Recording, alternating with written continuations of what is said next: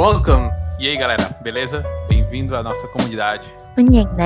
Welcome to our community. Hey, what's going on, guys? It's OGC here. Welcome to today's video. Today, we're going to be checking out the brand new patch notes coming out. So before we fully jump in, I just want to take a moment and say, please like, share, subscribe so we can keep doing these videos. And don't forget about the community challenge, guys. The community challenge for this week is to send a thank you or an appreciative type of message to either your house lord, a house minister, somebody that you like in the game that's running your house and putting in so much work behind the scenes. Just shoot them a message, let them know why you're thankful to have them and be a part of their house. So let's jump on in. Oh wait, what's that in the background? Is that OGC merchandise so that you too can be totally swagged out? Yeah, I think it is. So check out the description of this video and all videos. There's some cool links down there. Anyways, let's jump into the actual patch notes. So this is going to be patch 1.23.14. This is going to be a pretty significant patch. So this is coming out on April 21st at 1 a.m. UTC. It's going to be about 2 hours long. Guys, girls, please do me a favor. Link your account to either Facebook or Game Center, whatever it looks like for you, or if it's an Android account, I think it's through Google. I really don't know. Make sure your account's linked, because if there's ever any issues and you need to re-download the game to either get an update or just because, you don't want to lose your account. So if you link it, you won't lose your account. You'll always be able to go back and access it. So please, guys, do that. Anyways, when we look at this, this is going to be a huge change to the game. It's going to be pretty much as impactful as Chakra was or is. So we'll look through this. So there's troop equipment that you can now unlock the gear tab within troop producing buildings upon research. So you have to be level 35 to do this, basically.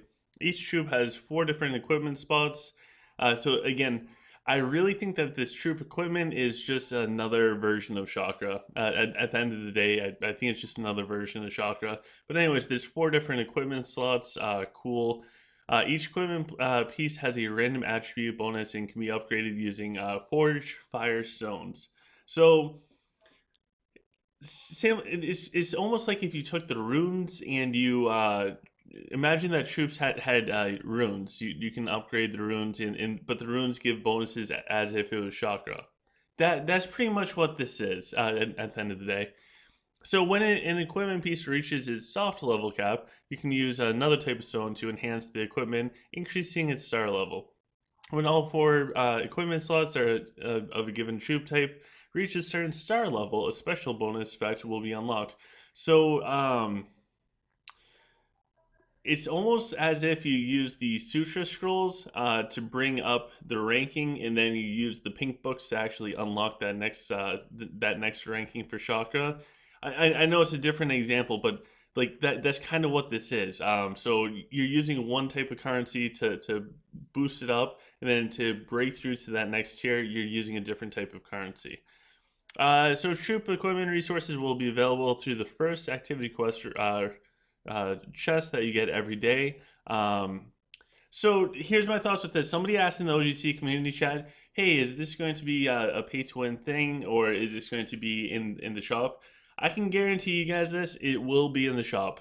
If I was a company or providing a service to somebody, I would want to make sure that the people that want to either support your game or company or whatever are able to through a monetary value system.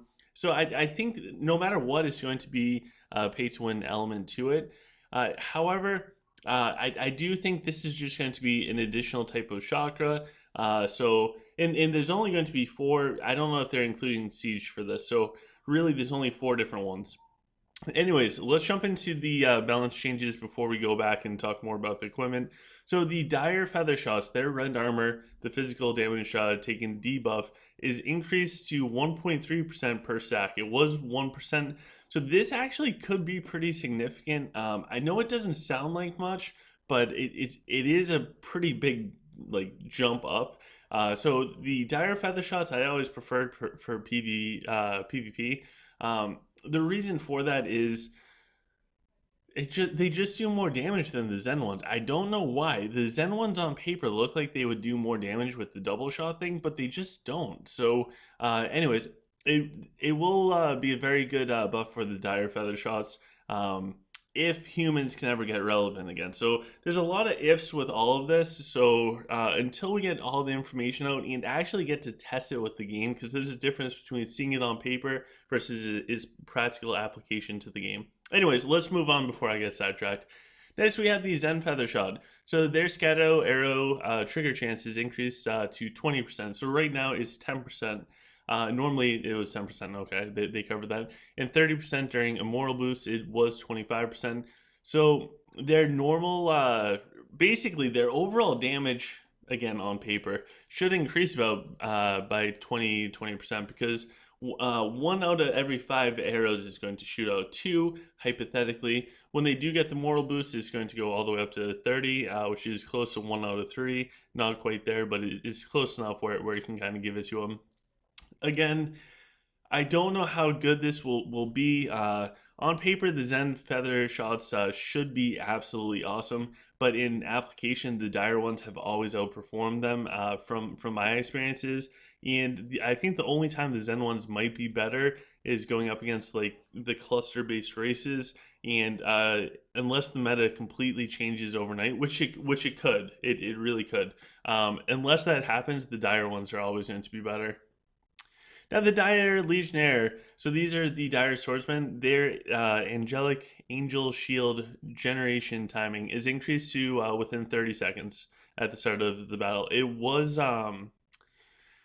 20 seconds. So this gives them an extra 10 seconds to kind of produce that shield on somebody nearby. And it looks like if they're resurrected, they can also put that shield on again, which is kind of cool. Again, I think that magic resist is such a big thing right now. Unless there's a major change as far as the meta in the game, I think that the magic resist is still better. I still don't think humans are viable. Next, we have, unfortunately, the biggest debuff. I'm not looking forward to this because I still have a ways until I can reset my chakra. I think once this patch comes out, I have 2 weeks until I can redo my chakra and move on to a different race. So the Diablos, aka the Warlocks, their bonus magic damage on basic attacks is decreased to 0.35% of the target's max health. It was 0.4%. It seems like a tiny nerf, but when you're talking about dragons with like 10 million health or 15 million health after like the Gan bonus or winning stamina as well, all that type of stuff, like going from 0.4 down to 0.35, it can add up. This is mostly going to affect wall damage as well. So I'm not super thrilled with this. I think I was talking to Strapcorn and he mentioned that for right now, Warlocks are like fairly balanced for PvP. It's really Lich's biggest strength that is taking down the dragon or potentially taking down the dragon. So this this is a pretty big hit, and I'm biased right now because I have a bunch of level 16 warlocks, so I need to get my farming in before this happens. So if we go back up to the hero equipment, I'll give you some additional thoughts that I have on this before I let you guys go for the day.